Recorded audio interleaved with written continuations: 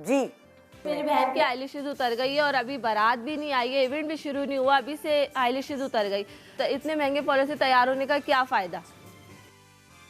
भाई इनकी बहन की यानी दुल्हन की अभी बारात नहीं आई और आप आई मेकअप भी आपने क्लोज देखा कि माशाल्लाह रेड कपड़ों के साथ पर्पल आई शेडो के साथ और आई लैश भी उखड़ गई। चलो आई मेकअप के ऊपर हम बाद में जाएंगे, ये आई लैश उखड़ने का क्या रीज़न है? प्रॉपरली देखें, आई लैश लगाना प्रॉपर ग्लू के साथ, उसमें बहुत सारी चीज़ों का टेक केयर करना पड़ता है। सबसे पहले कि आप ग्लू की क्वालिटी चेक करें, because your glue is your main की। ठीक है, अगर आपका ग्लू अच्छी क्वालिटी का नहीं है या उसकी ग्रिप सही नहीं है तो ये वाले मसले होते हैं।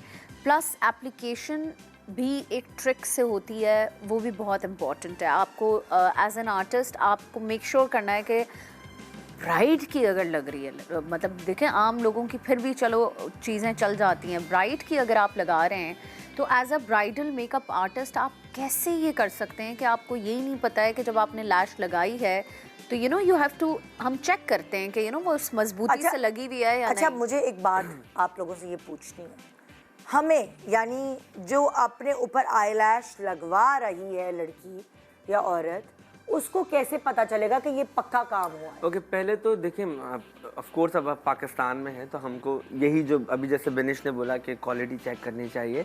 अगर आपको लेट्स सपोज अच्छी क्वालिटी नहीं मिल रही है तो भी तो हमको लगाना ही है ना। तो लगाने की टेक्निक क्या होती है कि सबसे पहले जो आप लैशेज होती है, जो हम पूरी लैशेज लगा देते हैं, तो प्लीज पूरी लैशेज ना लगाएं। चाहे वो आपकी 2500 की लैशेज हो, चाहे वो 3000 की हो, चाहे वो 200 यानी कि अगर मेकअप आर्टिस्ट पूरी लैश आपकी आंख पे लगाने लगे तो आप उनसे कहें उनको मना करें, कट करें। तो आउटर साइड हमेशा आप काटें और जब लैश गम लगाते हैं उस लाइन के ऊपर, उस जो लैश कॉर्नर के ऊपर जब गम लगाते हैं तो मेक श्योर करें कि वो जब आप लगा रहे हो तो वो ड्राई होने वाली हो। फौरन गीली अगर आप वेट लगा देते यानी आपका कहने का मकसद है वो डैम्प होनी चाहिए, जरा सी नमी उसमें, थोड़ी सी नमी होनी चाहिए और सूखने वाली हो। अच्छा, और फिर उसके बाद जब लगाने का सही तरीका क्या है कि हम क्या करते हैं कि हम बोलते हैं कि आंखें बंद कर लें। जब आंखें बंद करते हैं तो यहाँ पे फाइन लाइंस होती हैं, ठीक है, जब आप वो करीब हुई भी होती हैं, जब आप खोलते हैं तो वो टाइट हो जाता है, जिसकी वजह से लैश चिपकती नहीं है, वो निकलना शुरू हो जाती है। तो दुल्हनों के लिए जितने भी स्टाइलिस्ट देख रहे हैं, जो मेकअप आर्टिस्ट देख रहे हैं, जिनको लैशेज लगाने में मुश्किल होती है,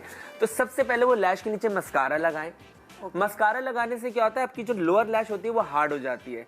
जब ऊपर जब आप लैश लगेंगे तो वो आराम से चिपक जाती है, वो निकलती नहीं है, वो उसी के ऊपर स्टे करती है। हम पहले क्या करते थे, मस्कारा लैश लगाया फिर मस्कारा अटैच कर रहे हैं तो और वो उतर रही होती थी। और वो तो आपने क्या करना है कि आंख खोलना है और नीचे देखना है। जब आप नीचे देखेंगे तो आपकी डायरेक्शन नीचे होगी और यहाँ पे फाइन लाइंस आपके नहीं पड़ेंगी। तो जब आप ऑफ कोर्स वो जब गम सूख रही होगी, आप जब रखेंगे उसके ऊपर तो आपकी वो आराम से, और मेक श्योर करें कि आपने लैश को ऐसे करके एक एंगल बना देना है, मोड़ लेंगे तो वो आराम से पूरा शेप जब उसका बना हुआ होगा, जो उसका बैंड होता है ना, वो थ्रेड जो होता है वो कभी स्ट्रेट होता है, तो आपको उसको थोड़ा सा दोनों एजेस से पकड़ के ना थोड़ा सा मूव करना पड़ता है, क्योंकि हमारी बादाम की शेप, वो शेप बन जाएगा। जब वो आलमंड शेप हो जाएगा, आप रखेंगे तो आपकी लैश कभी भी नहीं। अच्छा, अब इसी दुल्हन पे दूसरा सवाल, एक तो आपको एक पॉइंट नोट करें, इन्होंने कहा कि अगर आप किसी सैलून में जा रहे हैं तो आपको उनको कहना है खुदा के वास्ते पूरी लैश उठा के मेरी आंख पे ना लगा दे, मेरी आंख पे लगाने से पहले उसकी कटिंग करें, उसको फोल्ड करें। और जैसे अगर खुद इंसान की लैश लगी है और वो उतरने वाली है तो आपको क्या फीलिंग होती है, क्या हो रहा है? शुरू हो जाती है, पानी आना शुरू हो जाता है। पानी आता है, चुभती है। और दूसरा इस ब्राइड का आई शेडो देखिए बुरा नहीं लगा हुआ, लेकिन बहुत ज्यादा लगा हुआ है।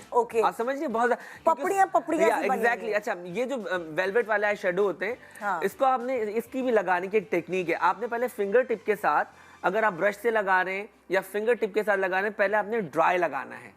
अच्छा, ड्राई लगाने के बाद फिर फिंगर को गीला करके उसको इतना पानी के साथ उसको ब्लेंड करना कि वो बिल्कुल एक स्लीक सैटिन सा लुक आ जाए। मतलब जो सिर्फ शाइन, पानी लगाने का मकसद ये हो जो एक्सेस वो उतर जाएगा, और सिर्फ जाएगा। स्किन के ऊपर आपकी शाइन आएगी, तो आपकी लाइंस नहीं बनेगी। ठीक है। अच्छा देखो, जैसे अब बहुत सारे आई शेडोज आ गए तो उसमें ना क्रीमी आई शेडोज भी बड़े इन है, तो बहुत सारे मेकअप आर्टिस्ट मेकअप खरीद तो लेते हैं, उनको पता ही नहीं है कि क्रीमी को अप्लाई कैसे करना है, क्या क्रीमी के साथ ड्राई आई शेडो लगा सकते हैं, नहीं लगा सकते? जैसे हुदा में काफ़ी ऐसे पैलेट्स हैं जिसमें 2-4 क्रीमी है, तो फिर पाउडर वाले हैं, फिर शिमर वाले, इस तरह मिक्स पैलेट्स आ गए और लोग खरीद तो लेते हैं लेकिन एप्लीकेशन का उनको तरीका नहीं पता। तो ये बताओ, मुझे जो लगता है क्रीमी वाले जो है ना, देखिए जो क्रीमी है ना वो आपके अपने लिए सेल्फ के लिए है। क्या आप खुद जो आप लगा रहे सेल्फ जब मेकअप कर रहे हो तो क्रीमी आप अपने लिए, ब्राइड के लिए आप क्रीमी नहीं हो। या हाँ, आप कोई मॉडर्न कोई चीज कर रहे हो, कोई ग्लैमरस मेकअप कर रहे हो, जो फोटो में आपको शाइन चाहिए, आपको ना चमक चाहिए, तो आप क्रीमी लगा सकते हैं। या आप कोई runway fashion week fashion show कर रहे हैं, या इस तरीके से जो आप अपना पार्टी मेकअप पे कहीं बर्थडे पार्टी पे जा रहे हैं, किसी उसमें जा रहे हैं, तो आप वो क्रीमी शेडो लगा सकते हैं। लेकिन दुल्हन के लिए मैं पर्सनली मना करूंगा, क्योंकि आप रो भी रहे होते हैं, वेस्टर्न ब्राइड्स भी, क्योंकि क्रीम जो होती है थोड़ी देर बाद जब आप आँख खोलते हैं तो क्रीसेस बनना शुरू हो जाती है। सो उसको अवॉइड करें। ठीक तो है। क्रीम आपके पर्सनल यूज के लिए, फैशन शूट के लिए आप कर सकते हैं। बहुत सारे लोग बोलते हैं आजकल जो ग्लास स्किन का आ गया है, अच्छा ग्लास स्किन भी उनके लिए जिनकी स्किन बहुत ज्यादा क्लियर है, ठीक है, वो उसके चक्कर में लोग इतना शिमर लगा लेते हैं कि वो तस्वीरों में ऐसा लगता है मुंह पे तेल निकल गया है और मुंह गोल लगना शुरू हो जाता है। हाईलाइटर जो है वो आपके फीचर को एनहांस करने के लिए है। आप हाईलाइटर से भी पतले लग सकते हैं अगर हाईलाइटर का एंगल आपका अच्छा हो। It's all about angle. बहुत सारे क्या करते हैं लोग, यहाँ पे भी लगा लेते हैं भर के चीक्स में और नाक भी, तो वो ऐसा लगता है, अच्छा नाक पे तो हमेशा ऑयल आ ही जाते हैं, तो इस टिप के ऊपर हाईलाइटर अवॉइड करें। सेंटर को हाईलाइट करें, सेंटर को, ताकि जब आपका सेंटर होगा तो पूरा फेस वैसे ही छोटा लगेगा। सो इस तरीके से हाईलाइटर हो गया या क्रीमी आई शेडो हो गया, आपको इस तरीके से लगाना है। सही सही। अच्छा, अब जैसे इन्होंने पर्पल और इस तरह का आई शेडो इस्तेमाल किया हुआ है, अच्छा अब जैसे आप खुद गए मेकअप कराने, तो किस तरह मेकअप आर्टिस्ट को मना करें कि भाई मेरा रेड जोड़ा है तो पर्पल ना लगाइएगा? करती हैं लड़कियां, डिस्कशन करती हैं, व्हाट डू दे लाइक, मुझे डार्क आइज चाहिए, मुझे डार्क लिप्स चाहिए। बहुत सारी लड़कियां आके स्पेसिफिकली डिस्क्राइब करती हैं कि मुझे रेड लिप्स वाली ब्राइड बनना है, या मुझे डार्क आइज चाहिए, रेड लिप्स नहीं चाहिए। ये सारी चीज़ें तो आई थिंक अब तो लड़कियों ने बात करना मेकअप आर्टिस्ट से शुरू कर दिया है और डिस्कस करना चाहिए। डिस्कस करना चाहिए ताकि क्योंकि मैं तो जो मेरी ब्राइड्स होती हैं मैं उनको एज ए सेलिब्रिटी ट्रीट करता हूँ और मैं उनको इतना कंफर्ट देता हूँ बातें करते हुए, अच्छा रिश्ता। कुछ सैलून वाले जो है ना वो बहुत डांट देते हैं बेचारी ब्राइड्स को। नहीं, ये गलत है। या वो डांट देते हैं कि आप चुप करें, आपको क्या पता। नहीं, देखिए मैं आपको एक बात बताऊं, अच्छी की बात करी हूँ मैं, जो मैंने चीजें सुनी है लोगों से, अच्छे सैलून मैंने भी सुनी है, जहाँ भरी हुए होते शीशा हैं नहीं देखने देते हैं लोग।